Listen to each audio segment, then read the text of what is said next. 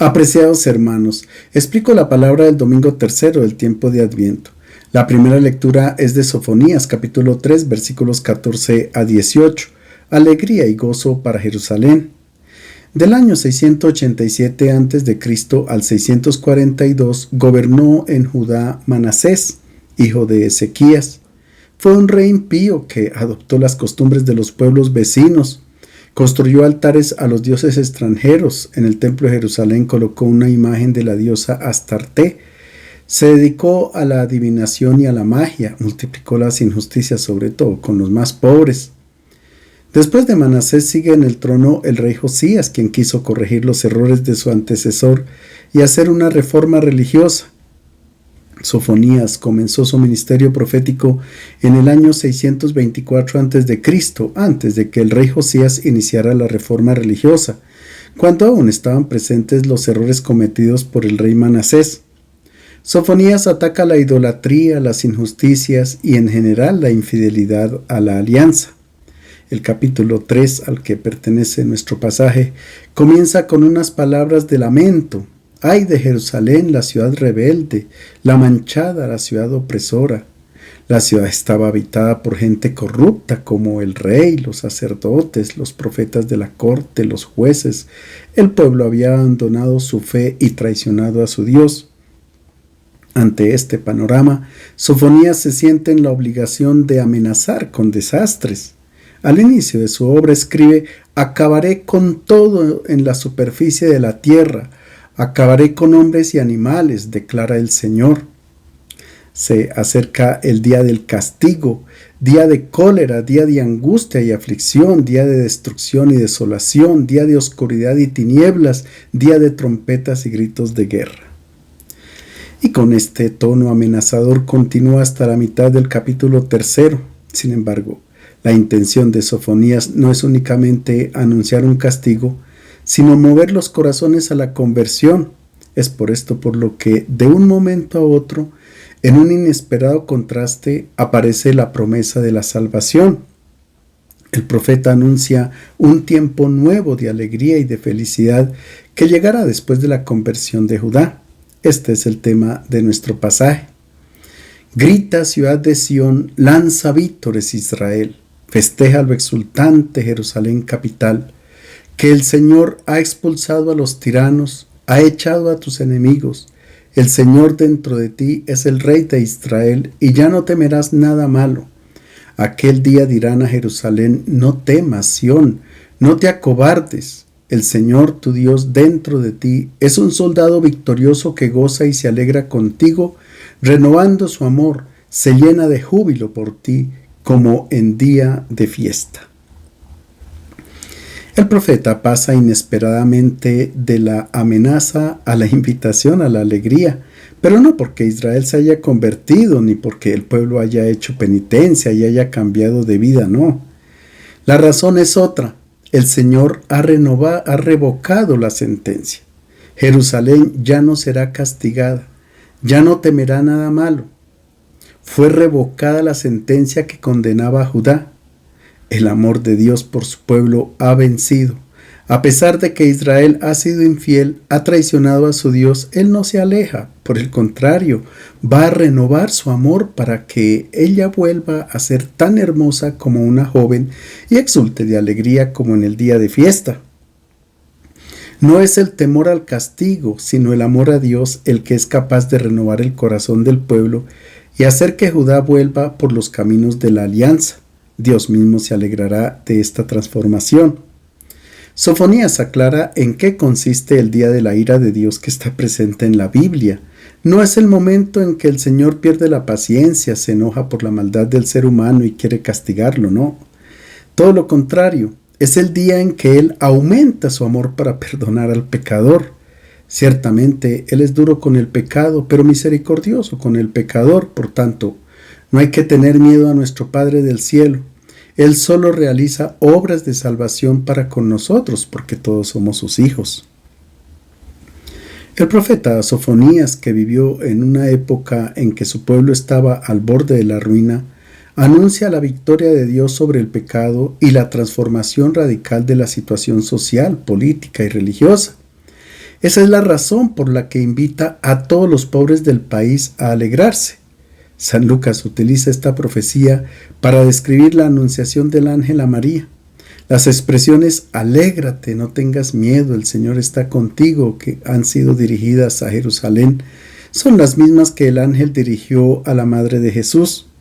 El evangelista las retoma para afirmar que la profecía se ha cumplido cuando en María, el Hijo de Dios, ha tomado nuestra naturaleza humana.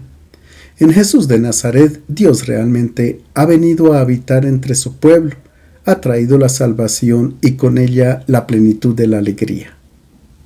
La segunda lectura es de la carta a los Filipenses, capítulo 4, versículos 4 a 7, una invitación a la alegría porque el Señor está cerca.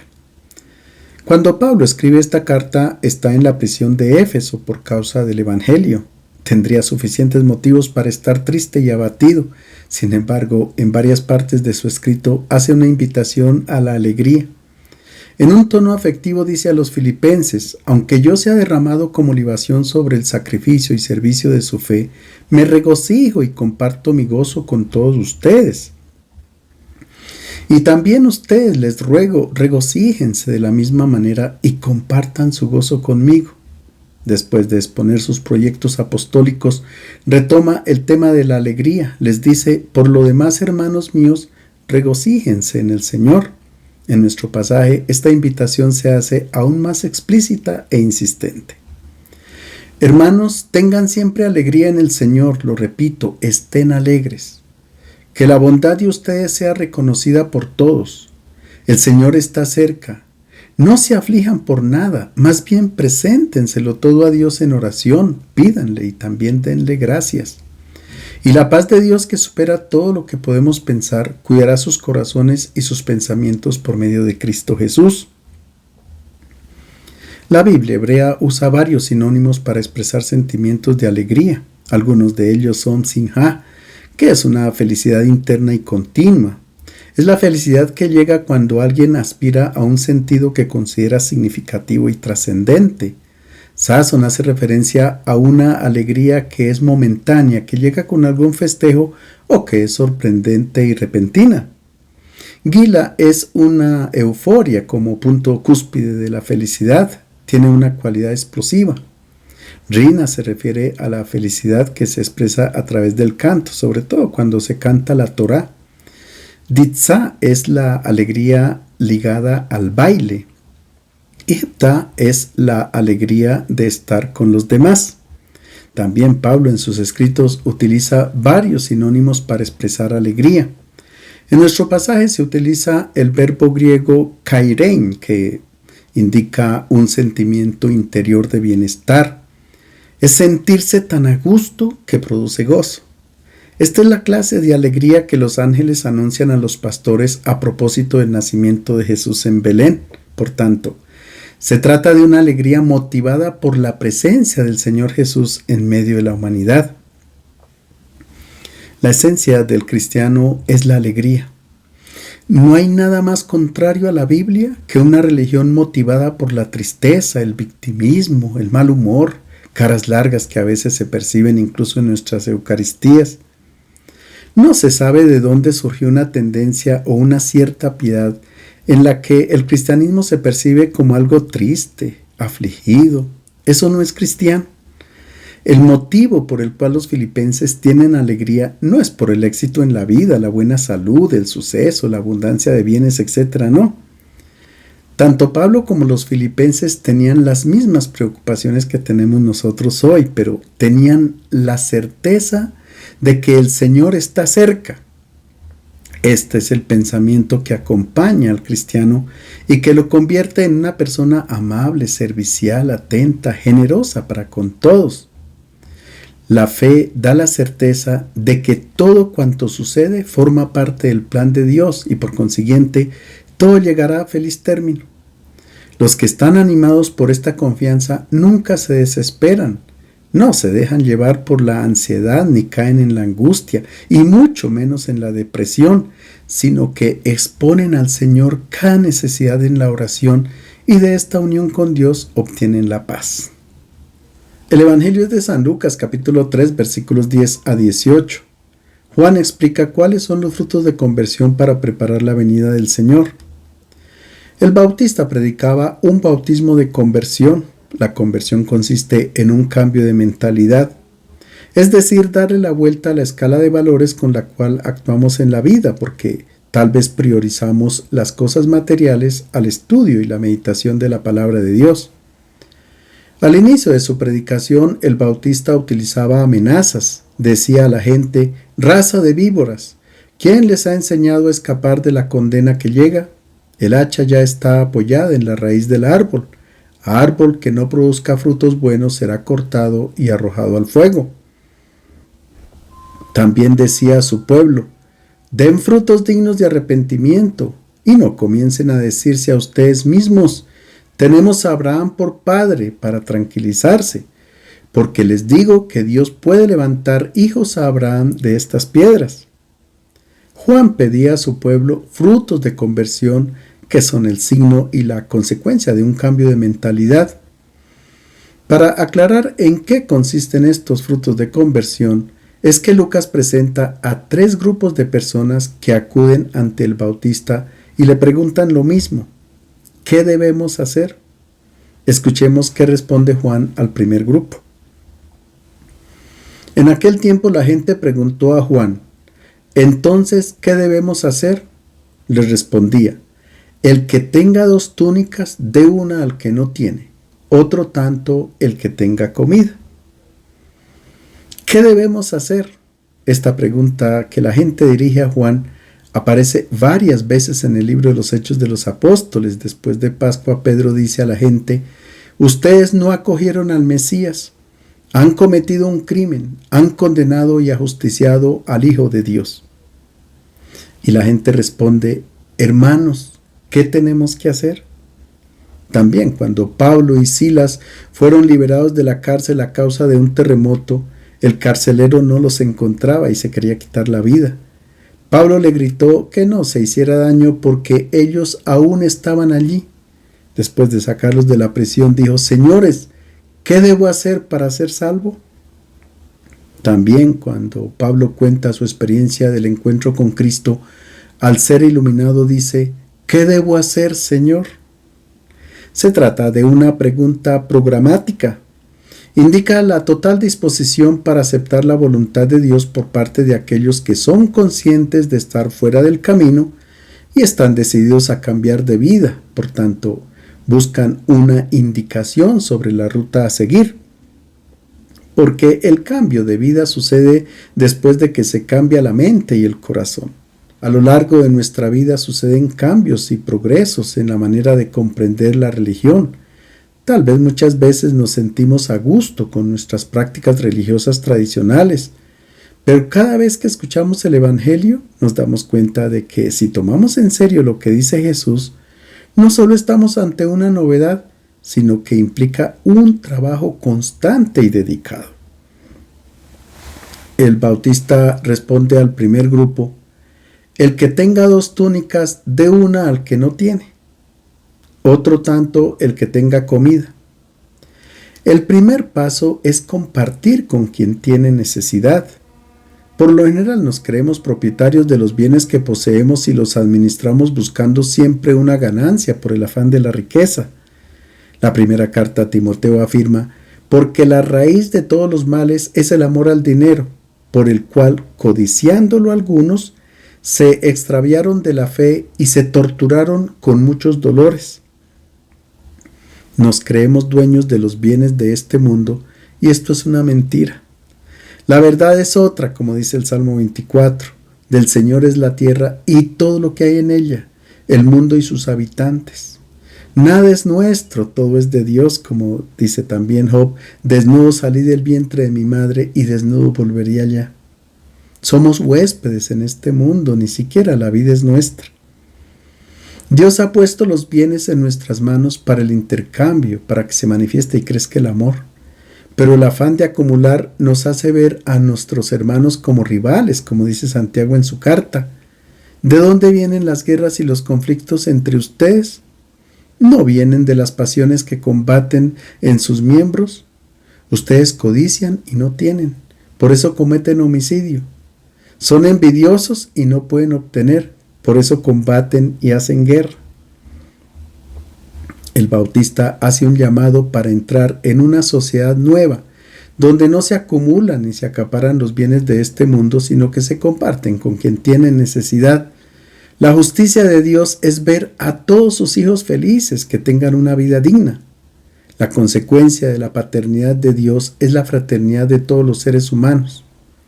Escuchemos qué pide el Bautista al segundo grupo. Fueron también algunos recaudadores de impuestos a bautizarse y le preguntaban: Maestro, ¿qué debemos hacer? Él les contestó: no exijan más de lo que está ordenado. Los publicanos eran los arrendadores o cobradores de los derechos públicos, de ahí la palabra publicanos. En otras palabras, eran los recaudadores de impuestos y no eran personas gratas en Israel, no solo por su profesión, sino por el modo como la ejercían. Ellos tomaban en arriendo los impuestos y debían pagar una suma a la administración romana y el resto era la comisión para ellos. Por tanto, es fácil imaginar los engaños, las patrañas, el abuso de poder, etc. Los publicanos no eran bien vistos porque colaboraban con el sistema que oprimía a Israel y aún más, cuando entregaban el pago tenían que ofrecer un sacrificio como culto a los dioses del emperador. A ellos el Bautista no les pide cambiar de profesión, sino que no se aprovechen de su oficio para explotar a los pobres. Porque los impuestos hay que pagarlos, cualquiera que sea el sistema político o económico. Otra cosa es que se les dé un mal uso o se los roben los corruptos. Pero en principio es con lo que cuenta el Estado para el bien común. Toda profesión, cualquiera que sea, se tendrá que realizar con competencia, con coherencia, pero no es suficiente, se necesita la manera como se relaciona con las personas a las que se presta el servicio. Sonrisa, amabilidad, cercanía, etc., que no están dentro del contrato de trabajo, sino que hacen parte del nuevo modo de ejercer la propia profesión, de comprenderse como servidor del hermano en coherencia con el Evangelio.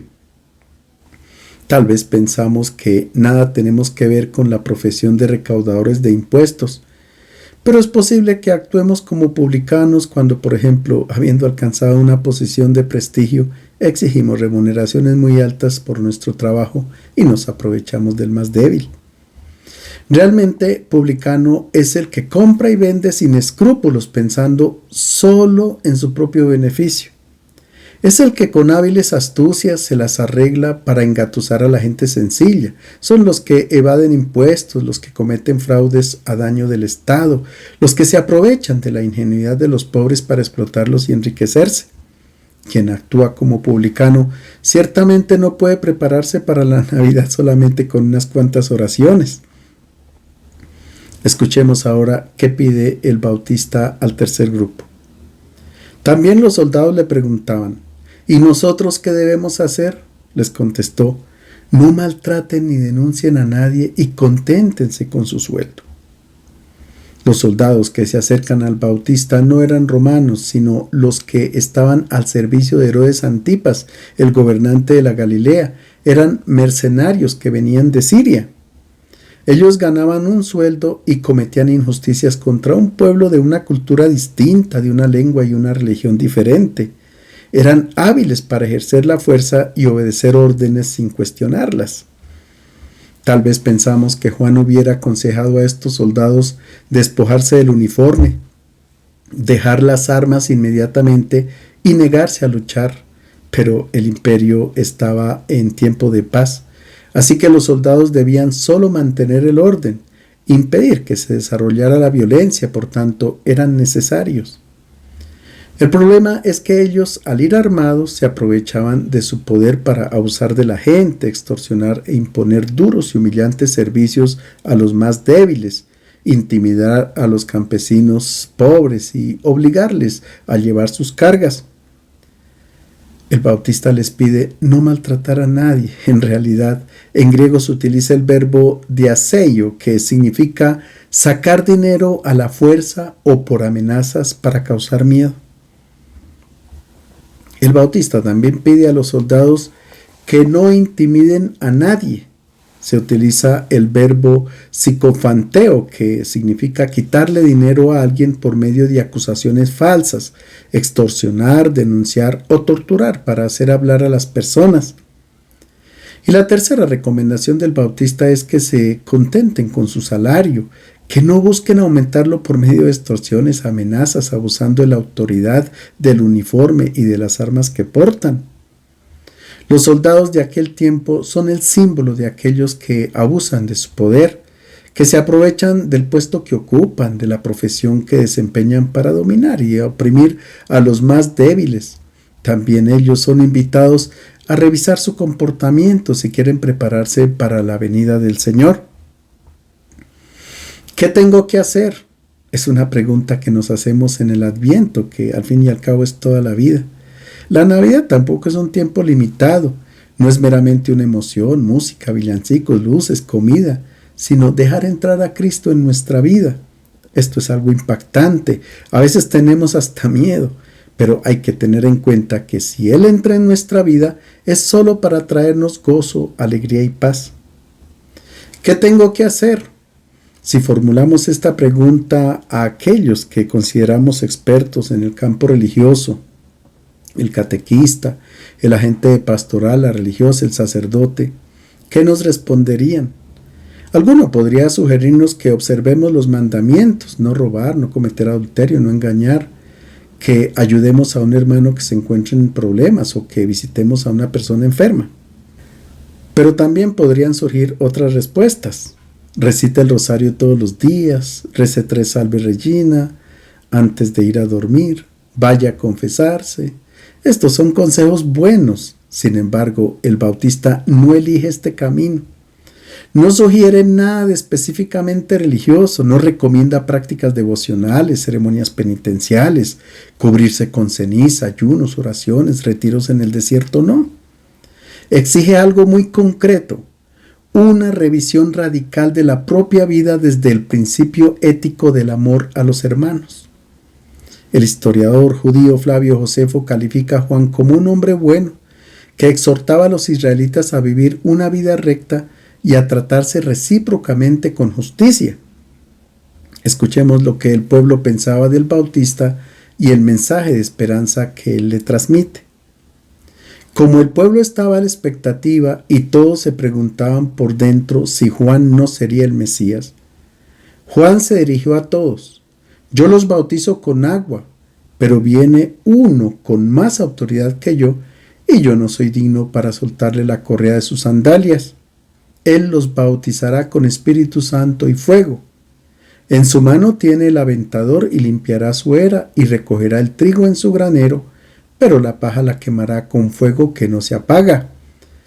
Con otras muchas palabras de consolación anunciaba al pueblo la buena noticia. En tiempos de Jesús, la esperanza que tenía el pueblo era que se cumplieran todas las profecías que habían sido anunciadas a sus padres acerca del Mesías y que comenzara el mundo nuevo que había sido prometido. El Bautista aclara inmediatamente que él no es el Mesías y para establecer la diferencia utiliza 2 imágenes, el bautismo en agua y el bautismo en Espíritu Santo y fuego. El bautismo de Juan es un rito de purificación, un baño externo que limpia corporalmente a la persona. Es un agua que lava a las personas, a las plantas, a los objetos. Pero cuando el agua entra dentro de una persona o dentro de una planta, se convierte en vida. En el caso de las plantas se convierte en linfa para que se alimenten y produzcan fruto. Juan el Bautista aclara que su bautismo era con agua que limpia lo externo, pero el bautismo del verdadero Mesías introduce un agua nueva dentro de las personas, es decir, donará una nueva vida. Ha donado el Espíritu, que es una nueva vida que no procede de la tierra, sino del cielo, la misma vida del Padre donada a todos sus hijos. Cuando esta vida se manifiesta, crea una nueva sociedad y un mundo nuevo. El bautismo de Jesús vivifica y transforma. Es un agua que se convierte en quien la bebe en manantial que brota para vida eterna, como le explicaba el maestro a la mujer samaritana. Es su espíritu, Es el poder de Dios que transforma al hombre viejo en una nueva criatura. Es el cumplimiento de la profecía de Ezequiel. Los rociaré con un agua pura que los purificará. De todas sus inmundicias e idolatrías los he de purificar. Les daré un corazón nuevo y les infundiré un espíritu nuevo. Arrancaré de su cuerpo el corazón de piedra y les daré un corazón de carne. Les infundiré mi espíritu y haré que caminen según mis preceptos y que cumplan mis mandatos poniéndolos por obra. El Bautista utiliza otra imagen, la del fuego. No se trata de un fuego que destruya a los pecadores, no es un castigo de Dios. El único fuego que envía Dios es su Espíritu, que descendió en Pentecostés. Y como el fuego tiene la función de quemar, la tarea del Espíritu es reducir a cenizas todo el mal y el pecado que existe en el mundo. Jesús dice en el Evangelio de Lucas: he venido a traer un fuego y cuánto deseo que ya esté ardiendo. Este es el fuego que hará desaparecer el mundo antiguo, que es un mundo de muerte, para que nazca una nueva humanidad. En nuestro pasaje, Juan utiliza otra imagen tomada del mundo agrícola para describir lo que hará el verdadero Mesías. Es la del aventador. Se trata de un recipiente que utilizan los campesinos para aventar el grano.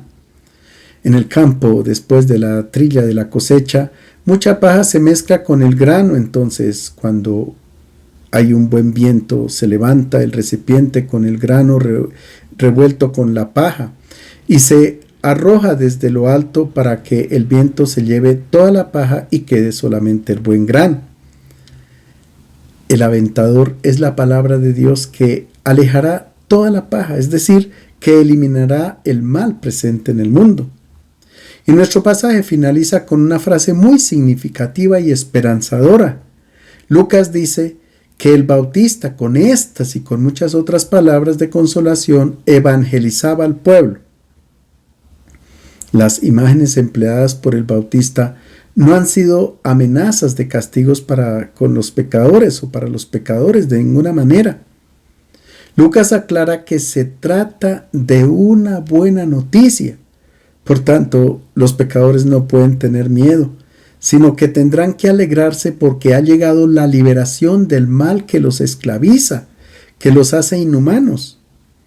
Toda codicia, deseo de poder, de acumular, desaparecerán por medio del aventador que es el Evangelio.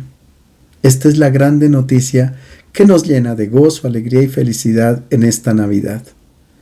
Les deseo un feliz domingo.